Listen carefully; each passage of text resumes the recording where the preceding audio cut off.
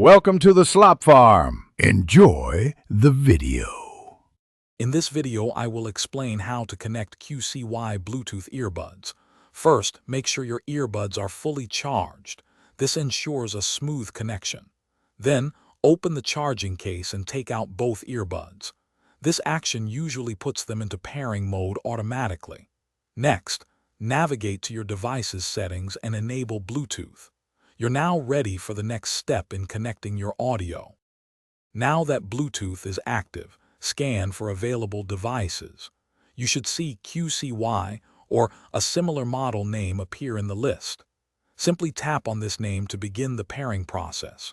Your device might prompt you with a pairing request. Always confirm this to establish the connection. This step usually takes only a few seconds to complete, linking your earbuds to your device. Sometimes you might encounter a small hiccup. If pairing doesn't work, simply put both earbuds back into their charging case, close it for about 10 seconds, and then try the process again. Another helpful tip is to forget the device in your Bluetooth settings if it previously connected. Also, ensure your earbuds aren't already connected to another nearby device, as this can prevent new connections. For more advanced control or persistent issues, consider a factory reset.